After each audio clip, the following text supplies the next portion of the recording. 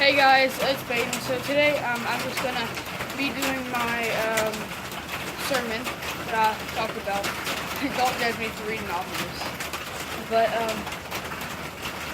so recently me and some of my friends, we've been doing this devotional called Keep It Dog. Basically what that is the dog that you feed grows the biggest. So the spirit and the flesh. One of them's you need to feed the spirit more than you feed the flesh. So the flesh is basically just like bad worldly things like addictions, drinking, alcohol, everything that you can see with your eyes is bad, all that kind of stuff. And the spirit is what God wants out of you. It's the best thing that you can possibly be. The spirit is disrespecting people, reading the Bible, going to church, but it's also not just going with emotions either. It's also, how do I put this? I mean, you gotta step out. You got to step out, be your own person. You can't just follow the emotions, like I said. But you also don't have to be well known at all. I mean, you can just be some random person in your town trying to share Jesus, and then you can be the first person in line and pay for the person behind you. I mean, and then they might come up and ask, "Hey, why'd you do that?" And you can just say, "Well, I just wanted you to know that God loves you." I mean, that's a pretty good example. But also, I mean, like I said, you don't have to be well known. Just be the best person that you can. That's just really what God wants you to do. And I mean, if you ever felt like something's not normal, like God's tugging on your heart to do something, to give your life to Christ, to do anything like that,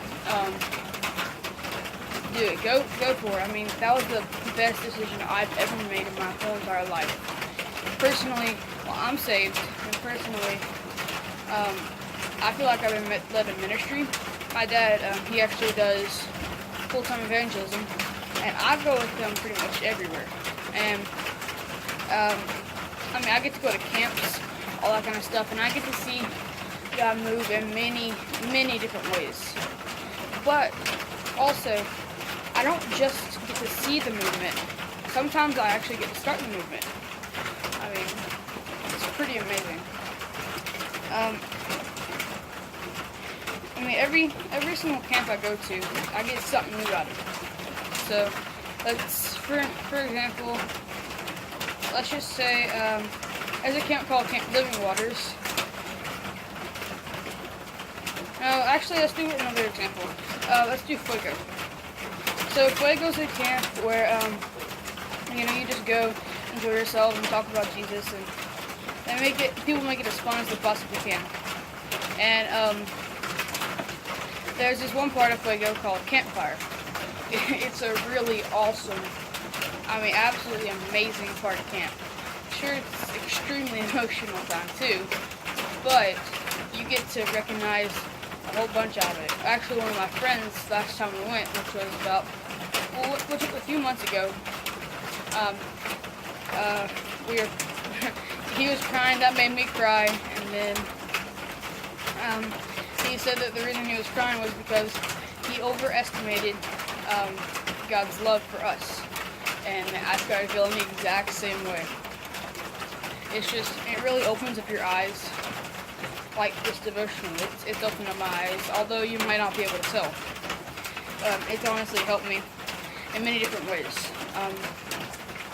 We also do, me and my family and my dad mainly my dad, we do some walks and that kind of stuff. The biggest one I believe is about 500 miles that my dad and a couple of friends like Mark Stewart, they did that. The last one we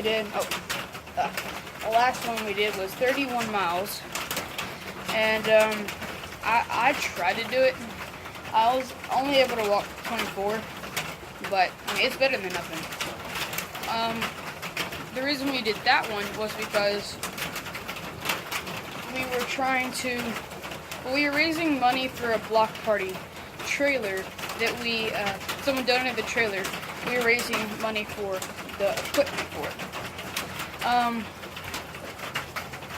We ended up being able to get all the equipment and all that kind of stuff, and it was actually pretty fun. The part when you weren't almost about to die. But through that ministry, we've also been able to lead about at least a little bit over 2,000 people to Christ in the last 7 and 9 years. And just knowing that your family has done that is pretty cool. And we didn't do anything at all. It's just, all we did was just tell the people, and God did the rest. But me personally, I felt like I wanted to be saved at 6 or younger. I was not ready. Most people at that age aren't ready at all. The reason was, I felt like I was ready beyond compare. But the reason for that was because now I realized that I was going in the motions, doing what I see done all the time, doing what I see campers and those type of people doing basically every single summer non-stop. So we held off. It's just, we didn't hold off. I'd ask every once in a while, and once my parents knew I was ready, I asked my dad to come to my room, and I told him that I wanted to be saved. So at the age of 8, I was a true servant of God. Like I said earlier, now I don't just get to see the movement happen, I get to start the movement sometimes as well. And this is an amazing experience. Like doing the sermons like this is, I really enjoy it. And I just want y'all to know that y'all are never alone. God's always going to be there with you, through thick and thin.